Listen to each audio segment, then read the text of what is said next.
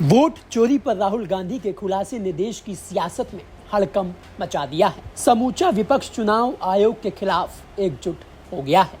चुनाव आयोग पर लगे आरोपों पर सफाई देकर मोदी सरकार बैकफुट पर नजर आ रही है। तो वहीं इस बीच आंध्र प्रदेश के पूर्व सीएम और वाईएसआरसीपी के मुखिया जगन मोहन रेड्डी ने ये दावा करते हुए देश की सियासत में भूचाल ला दिया कि एनडीए सरकार की सहयोगी टीडीपी की मुखिया और आंध्र प्रदेश के सीएम चंद्रबाबू नायडू राहुल गांधी के संपर्क में हैं। जिसके बाद देश की सियासत में ये चर्चा शुरू हो गई है कि अगर वाकई में जगन मोहन रेड्डी के दावे में दम है तो क्या राहुल गांधी मोदी सरकार को गिराने की जुगत में लगे हैं। क्या जगन मोहन रेड्डी के दावे में वाकई कोई दम है या फिर उन्होंने कोई हवाई बात कही है। सबके जवाब हम आपको विस्तार से इस वीडियो में देने वाले हैं। सबसे पहले तो आपको बता दें कि बीते दिनों राहुल के वोट चोरी वाले खुलासे पर जगन ने प्रेस कॉन्फ्रेंस बुलाई, जिसमें उन्होंने कहा कि राहुल गांधी आंध्र प्रदेश में हुई वोट चोरी का मुद्दा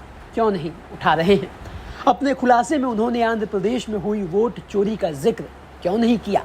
राज्य के सीएम चंद्रबाबू नायडू तेलंगाना के सीएम रेवंत रेड्डी के जरिए कांग्रेस सांसद राहुल गांधी के संपर्क में हैं। दोनों के बीच हॉटलाइन के जरिए बातचीत चल रही है। अब जगन के इस बयान के मायने इसलिए खास हैं क्योंकि चंद्रबाबू नायडू तेलुगु देशम पार्टी बीजेपी के नेतृत्व वाले एनडीए गठबंधन का हिस्सा है, जिनके 16 सांसद हैं। चंद्रबाबू नायडू और नीतीश कुमार के भरोसे ही मोदी सरकार चल रही है। अब ऐसे में सवाल यह है, क्या वाकई राहुल चंद्रबाबू नायडू के साथ मिलकर मोदी सरकार गिराने वाले हैं।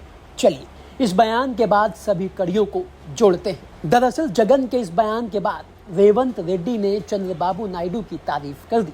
उन्होंने कहा उनके जैसे कुछ लोगों को काम का श्रेय नहीं मिलता, लेकिन हाईटेक सिटी के डेवलपमेंट का क्रेडिट चंद्रबाबू नायडू को जाता है। हालांकि रेवंत ने इससे पहले विधानसभा में हाईटेक सिटी के विकास के लिए पूर्व सीएम एन जनार्दन रेड्डी को क्रेडिट दिया था, लेकिन कुछ ही दिनों में उनके सुर बदलते हुए सुनाई दिए। अब जगन का पहले राहुल से संपर्क होने का दावा करना, फिर रेवंत रेड्डी का चंद्रबाबू नायडू की तारीफ करना, वो भी तब जब अभी तक वोट चोरी के मुद्दे पर टीडीपी ने भाजपा के समर्थन में कोई बयान नहीं दिया है। और यही नहीं, उसने चुनावी गड़बड़ी पर भी कोई खुला समर्थन अभी तक भाजपा को नहीं दिया है। जगन के दावे को ना तो चंद्रबाबू नायडू ने अभी तक खारिज किया है और ना ही रेवंत ने इससे कोई इनकार किया है।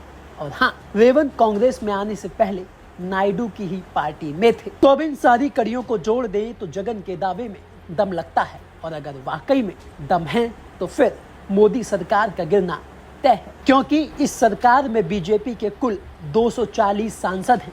मोदी सरकार चंद्रबाबू नायडू और नीतीश कुमार की बैसाखी पर चल रही है।